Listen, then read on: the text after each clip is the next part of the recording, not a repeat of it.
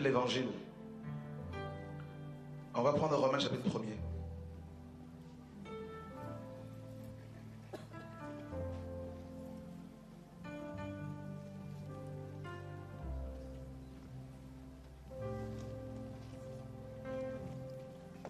Le verset 18.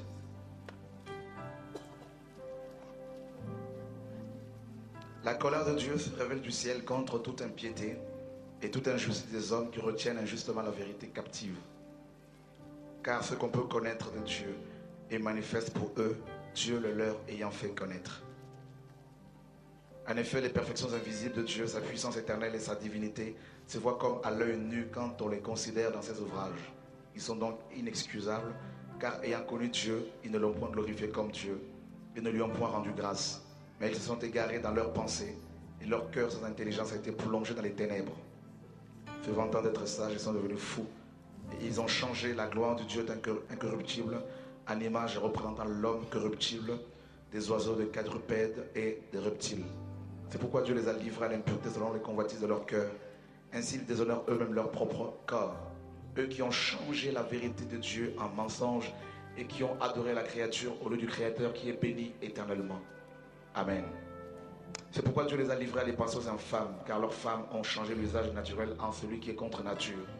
Et de même les hommes, abandonnant l'usage naturel de la femme, se sont enflammés dans leurs désirs les uns pour les autres, commettant homme avec homme des choses infâmes et recevant en eux-mêmes le salaire qui méritait leur égarement.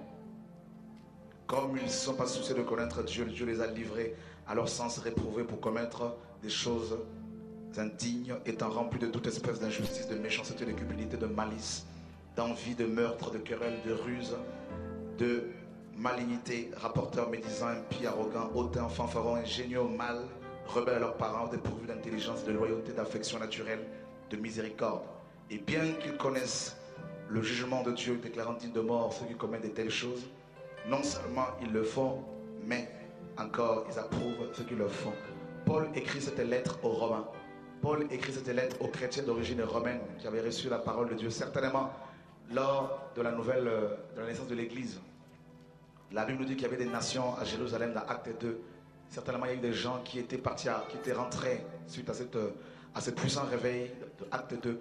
Ils sont repartis à Rome avec le message, avec la parole. Et cette église va naître parce que Paul n'avait jamais été auparavant à Rome. Et puis, bizarrement, Rome va être justement le premier vase qui va enfermer la vérité. Et mes amis, on en a parlé, le pasteur Douglas en a parlé un peu ce matin. Les différents types de vases. J'en parle justement dans le livre qui vient de sortir, La captivité de l'évangile. Et vous pouvez vous en procurer. Ceux qui n'ont vraiment pas les moyens, on peut leur en offrir. Et parce que le Seigneur m'a mis cela à cœur. Un frère qui venu me voir pour me dire il faut le faire également. Et lorsque le dernier apôtre qui était Jean va mourir, il va y avoir un vide qui va se créer entre justement les apôtres et les chrétiens. Un vide parce qu'il n'y avait plus de ministère apostolique, des personnes qui étaient là pour pouvoir veiller sur la saine doctrine. Il va y avoir des hommes, effectivement, on en a parlé tout à l'heure, il a parlé de Ignace d'Antioche, des hommes qui étaient des sophistes, des débatteurs experts grecs, qui utilisaient la rhétorique, l'art du discours en 3 points. Ils vont adhérer, pour la plupart, il y en a qui vont se convertir, mais beaucoup vont adhérer au christianisme. Ils vont devenir des théologiens, ils vont utiliser la théologie et également la philosophie grecque pour pouvoir défendre la parole de Dieu. Alors, quand Jean va mourir, il va y avoir vraiment un vide dans les assemblées à cette époque, dans les églises primitives. Et ce vide va également permettre à ce que des hérétiques tels que Arius, qui était un des évêques de l'époque, qui va commencer à enseigner des hérésies.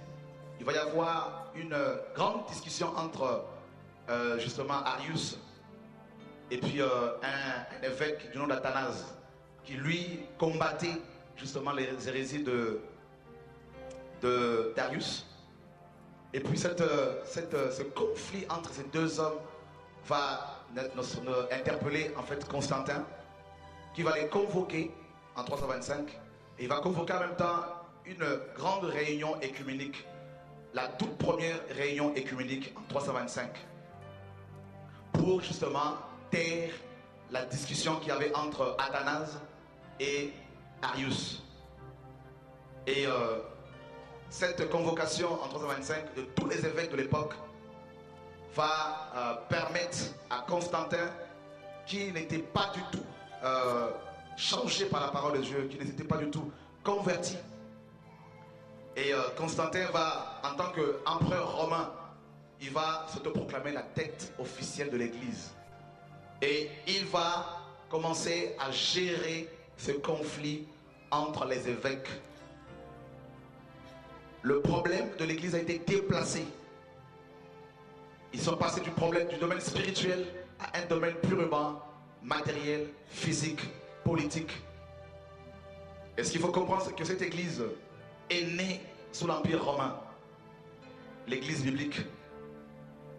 Et puis, bien avant même la date de 325 après Jésus-Christ, il y a eu plusieurs, à la mort de l'apôtre Jean, bien avant même l'apôtre Jean, avant qu'il ne meure, il y a eu déjà beaucoup de faux prophètes qui commençaient à se lever, tels que Diotrephe. Jean en parle. Déjà, il a eu à lutter contre Diotrephe, qui s'était accaparé de l'église, d'une des églises primitives. Il y a eu d'autres ministères, d'autres faux prophètes comme Philette, qui commençaient à enseigner des choses qui n'avaient rien avec la parole. Paul a combattu ces hommes, a combattu leur doctrine. Et quand ces apôtres sont morts, il y a eu des pères de l'église qui sont venus. Ignace d'Antioche qui a vécu, on a déjà vu cela, entre 35 et 107 après Jésus-Christ. Il a commencé à écrire des livres, plusieurs livres. Ignace d'Antioche commençait à élever dans chaque église un seul ancien au-dessus des autres évêques. Alors que dans la Bible, les églises étaient dirigées par des équipes d'anciens. Suivez très bien l'enseignement.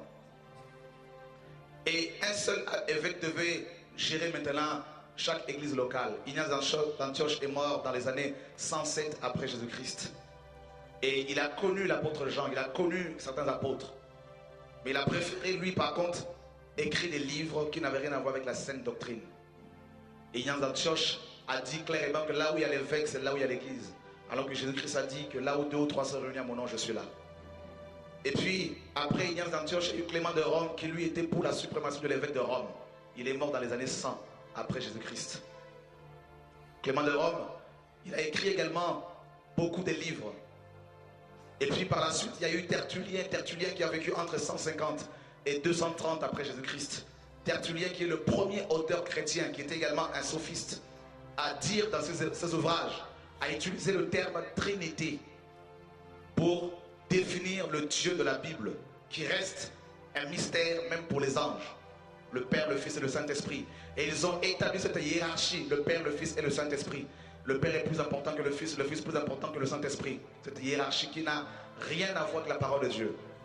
On ne peut pas définir, mes amis, un Dieu infini. Ce n'est pas possible.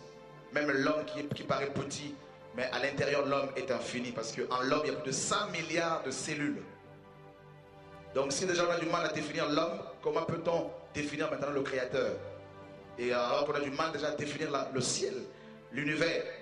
Alors mes amis, il y a eu Tertullien, qui, comme je le disais, qui a écrit également des livres. Il a mis en place le terme Trinité.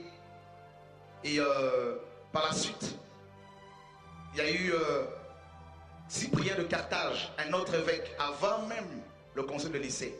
Cyprien de Carthage qui lui, quand il s'est tourné vers le christianisme, alors qu'il était un sophiste, quelqu'un qui utilisait la philosophie grecque, la rhétorique, le discours, comment séduire les gens avec le discours. Cyprien dit clairement dans ses écrits, que vous pouvez trouver même sur Internet, Cyprien de Carthage, en Tunisie, il dit clairement dans ses écrits que chaque église locale, chaque troupeau du Seigneur doit avoir à sa tête un seul chef. Il a été dans le même sens qu'Ignace d'Antioche. Ils ont fonctionné dans le même esprit. Et Cyprien de Carthage va dire également que celui qui quitte l'église locale perd son salut. Voilà pourquoi beaucoup de pasteurs disent, en utilisant Hébreux 10, 25, d'abandonner